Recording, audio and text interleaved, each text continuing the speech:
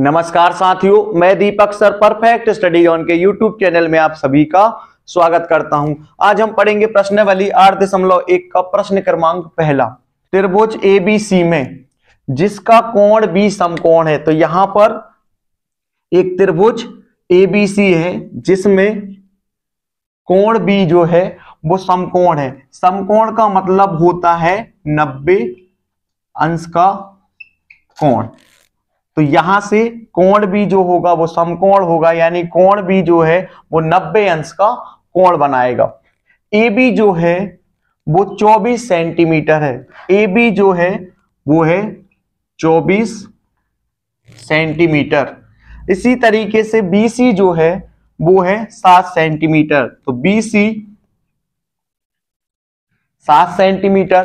तो यहां पर समकोण त्रिभुज में जब दो भुजाओं का मान दिया रहता है और तीसरी भुजा का मान ज्ञात करना होता है तो हम क्या करते हैं, पाइथागोरस प्रमेय का यूज करते हैं। तो यहां से हम क्या करेंगे, पाइथागोरस प्रमेय का यूज करेंगे और यहां से हम AC जो है उसको हम ज्ञात करेंगे। तो यहां पर हम सबसे पहले लिखेंगे त्रिभुज ABC में कोण भी जो है वो समकोण है। ए बी बराबर 24 सेंटीमीटर, बी सी बराबर 7 सेंटीमीटर और ए सी जो है वो हमको ज्ञात करना है। तो यहां पर हम इसको लिख लेते हैं। चित्रानुसार त्रिभुज ए बी सी में यहां पर जो कोण भी है वो समकोण है तथा ए बी बराबर 24 सेंटीमीटर, BC बराबर 7 सेंटीमीटर और AC जो है इसको हमको ज्ञात करना है, इसलिए AC बराबर प्रश्नवाचक। अब हम क्या करेंगे, समकोण त्रिभुज ABC में दो भुजाओं के मान दिए गए हैं। AB बराबर जो है वो 24 सेंटीमीटर है, BC बराबर 7 सेंटीमीटर, यानी समकोण त्रिभुज की दो भुजाओं के मान दिए गए हैं और तीसरी भुजा का मान ज्ञात करना है। इसके लिए हम क्या करेंगे, पाइथागोरस प्रमेय का फॉर्मूले का यूज करेंगे। AC के मान को हम ज्ञात करेंगे। तो यहां पर हम लिखेंगे समकोण त्रिभुज ABC में पाइथागोरस प्रमेय से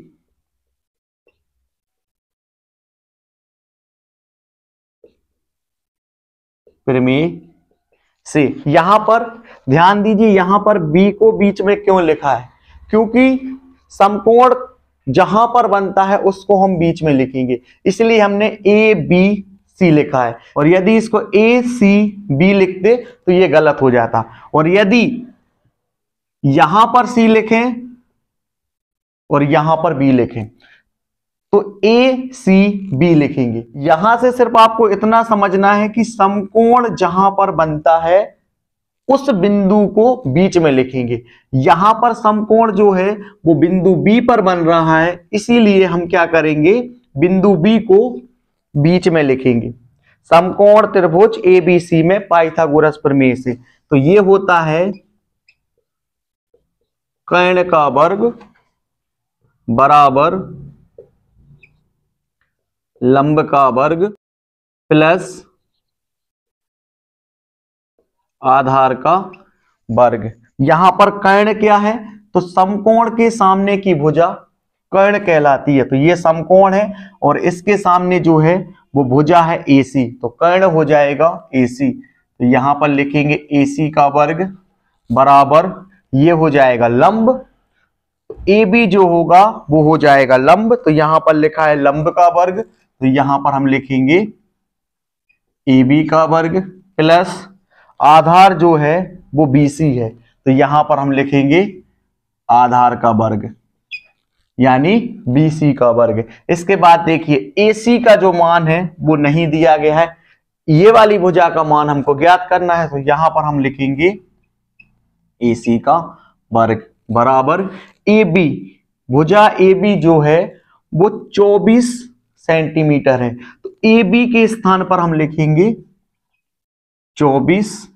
और यहां पर वर्ग है तो वर्ग लगा देंगे, प्लस है तो प्लस लगाएंगे। BC जो है तो भुजा BC का जो मान है वो है 7 सेंटीमीटर, तो यहां पर हम लिखेंगे 7 का वर्ग। आगे हल करेंगे, AC का वर्ग बराबर 24 का वर्ग, यानी 24 गुणित 24। जब हम 24 में 24 का गुणा करेंगे तो यहां पर प्राप्त हो जाएगा 576। तो 24 का वर्ग होता है 576, प्लस है तो प्लस लगाएंगे, 7 का वर्ग यानी 7 गुणित 7। जब हम 7 में 7 का गुणा करेंगे तो यहां पर प्राप्त हो जाएगा 49। तो यहां पर 576 जो है वो 24 का वर्ग है और 7 का वर्ग होता है 49। आगे हल करेंगे, AC का वर्ग बराबर, इन दोनों को आपस में जोड़ेंगे तो यहां पर प्राप्त हो जाएगा 625। तो यहां पर भुजा AC का मान निकालना है। AC में यहां वर्ग लगा है तो वर्ग को हम किसके रूप में लिखेंगे? वर्ग को लिखेंगे हम कर्ण के रूप में। तो यहां पर 625 और ये वाला जो वर्ग है यहां पर कर्ण के रूप में आ जाएगा। तो ये आ जाएगा कर्ण में 625 और यहां पर क्या बचेगा? AC। तो यहां पर आगे हल करेंगे, AC बराबर 625 जो है वो कितने का वर्गमूल होता है? तो 625 होता है 25 का वर्गमूल। तो 25 का वर्गमूल होता है 625। या पर आप यहां पर अच्छी तरह से समझ लीजिए किस तरीके से हम इसके अभाज्य गुणनखंड निकालेंगे।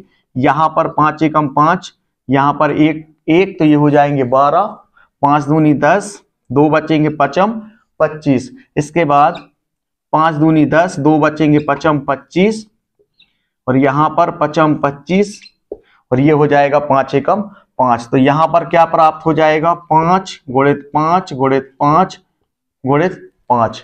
तो जिसके 2 के जोड़े बनते हैं वो कड़ी के बाहर चला जाता है। तो देखिए यहां पर इस तरीके से, यहां पर इन दोनों के स्थान पर हम लिखेंगे 5 और यहां पर इन दोनों के स्थान पर हम लिखेंगे 5 और ये हो जाएगा 5 का वर्ग और ये हो जाएगा 5 गुणित 5 का वर्ग।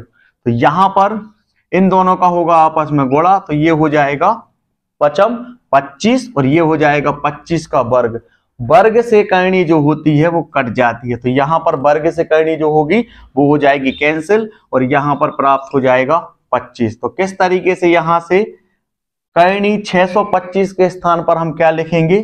25। किस तरीके से आया ये आपको समझ में आ गया होगा। तो इस तरीके से हमने इसको हल किया और इसके बाद हमको यहां पर 25 प्राप्त हुआ। तो यहां पर हम लिखेंगे 25। तो यहां पर हमको भुजा AC का जो मान है वो हमको प्राप्त हो गया है। तो यहां पर हम लिखेंगे 25 सेंटीमीटर। इसको अब हम रफ कर देते हैं। अब देखिए यहां पर पहली स्थिति जो है इसमें साइन A यानी साइन थीटा कॉस थीटा और यहां पर दूसरी स्थिति जो है इसमें साइन थीटा और यहां पर कॉस थीटा। यहां पर थीटा जो है वो A पर बनाना है। पहली स्थिति को अभी हम हल करेंगे, यानी थीटा जो है वो बनेगा बिंदु A पर। थीटा बनेगा बिंदु A पर, यानी यहां पर थीटा बनेगा ये। और मैंने आपको डिटेल में इसके बारे में समझा दिया है कि थीटा के जो सामने की भुजा होती है, तो थीटा के सामने की जो भुजा होती है वो होती है लंब। तो ये तो हो जाएगा कर्ण। क्यों? क्योंकि समकोण के सामने की भुजा होती है कर्ण, थीटा के सामने की भुजा होती है लंब। यहां पर ये आधार नहीं होगा। क्यों नहीं होगा? क्योंकि यहां पर दिया है कि थीटा जो है वो A पर बन रहा है। तो थीटा A पर बन रहा है तो ये हो जाएगा आपका A और यहां पर हो जाएगा थीटा। और थीटा के सामने की भुजा, थीटा के सामने की भुजा लंब कहलाती है। तो ये हो जाएगा लंब ये वाली स्थिति के अनुसार, पहली स्थिति के अनुसार। तो ये क्या हो जाएगा? ये हो जाएगा आधार। ये वाली स्थिति के अनुसार ये होगा कर्ण, ये होगा लंब और ये होगा आधार। क्योंकि थीटा के सामने लंब होता है, समकोण के सामने कर्ण होता है। ये दो चीजों को बस आपको अच्छी तरह से तैयार रखना है, जिससे आपको दिक्कत नहीं होगी और आपका आंसर भी जो होगा वो गलत नहीं आएगा। थीटा के सामने लंब और समकोण के सामने कर्ण। तो अब हम क्या करेंगे, पहली स्थिति को हल करेंगे। तो यहां पर दिया है साइन ए, तो देखिए साइन ए, तो सबसे पहले यहां पर क्या आएगा, तो यहां पर हमने पढ़ा था लाल बटे कक्का। लाल बटे कक्का में जो पहला होता है वो होता है साइन, दूसरा होता है कॉस और तीसरा होता है टेन। तो यहां पर साइन में क्या आ जाएगा, लंब बटे कर्ण, तो एल बटे के आ जाएगा, यानी यहां पर हम लिखेंगे लंब बटे कर्ण। यहां पर हमको साइन थीटा यानी साइन ए का मान प्राप्त करना है, तो इसके लिए जो हमारा फॉर्मूला होता है लाल बटे कक्का, तो इसमें हमको साइन ज्ञात करना है, इसीलिए एल बटे के। तो यहां पर एल मतलब है लंब और के मतलब हो जाएगा कर्ण। तो यहां पर लंब जो है इस डायग्राम के अनुसार, क्योंकि यहां पर थीटा ए पर है, तो लंब हो जाएगा बीसी, तो यहां पर लंब के स्थान पर लिखेंगे बीसी, और कर्ण जो है वो है एसी, तो यहां पर आ जाएगा एसी बराबर बीसी जो है वो है 7 और एसी जो है वो है 25। यदि थीटा ए पर है तो साइन थीटा का जो मान होगा वो आ जाएगा 7/25। इसके बाद इसी में दूसरी स्थिति है जिसमें ज्ञात करना है कॉस ए, यानी कॉस ए यानी थीटा जो है वो ए पर है, तो यहां पर दूसरी स्थिति को हल करेंगे कॉस ए, तो साइन और ये हो जाएगा कॉस, तो कॉस थीटा का मतलब होता है आधार बटे कर्ण, कॉस थीटा का मतलब होता है आधार बटे कर्ण, तो यहां पर हम लिखेंगे आधार बटे कर्ण। तो यहां पर आधार जो है वो है ए बी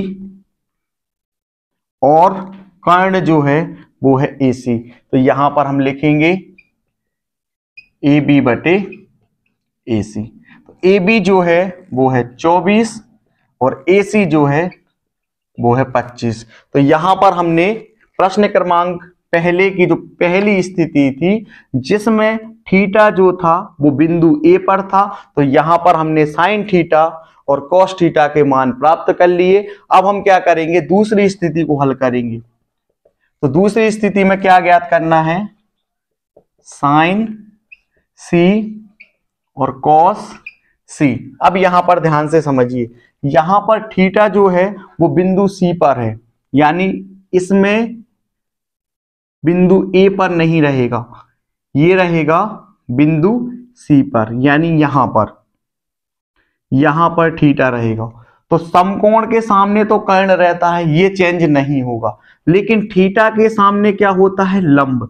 तो जब बिंदु सी पर थीटा है तो बिंदु सी के सामने कौन सी भुजा है, तो बिंदु सी के सामने जो भुजा है वो है ए बी, तो थीटा के सामने की भुजा लंब कहलाती है। इसीलिए ये वाली स्थिति में सेकंड नंबर वाली जो स्थिति है इसमें लंब जो होगा वो हो जाएगा ए बी और आधार जो होगा वो हो जाएगा BC।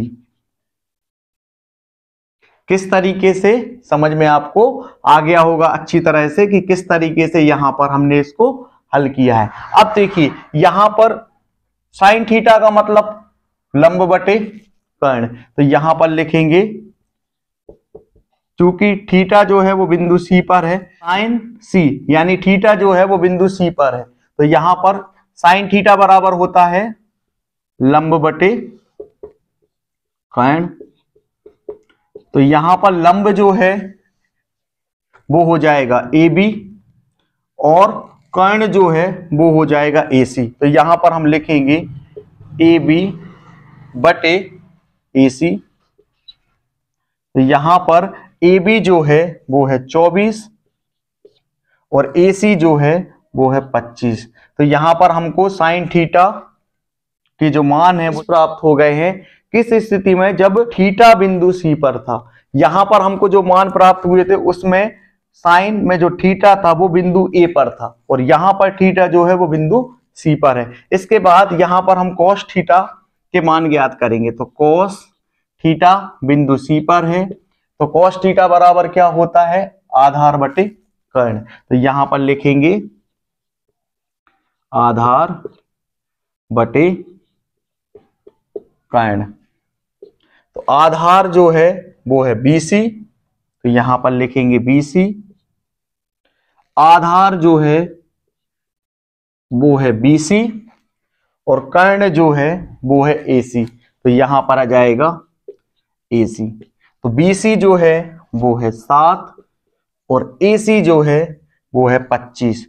तो यहां पर साइन C के मान आ गए 24/25 और cos C के मान आ गए 7/25। इस तरीके से ये वाला सवाल जो है वो हल हो चुका है। आपको क्या करना है, वीडियो को रोक करके अच्छी तरह से नोट्स कंप्लीट करते जाइए। यदि वीडियो पसंद आया तो वीडियो को लाइक, शेयर एंड सब्सक्राइब करना ना भूलें।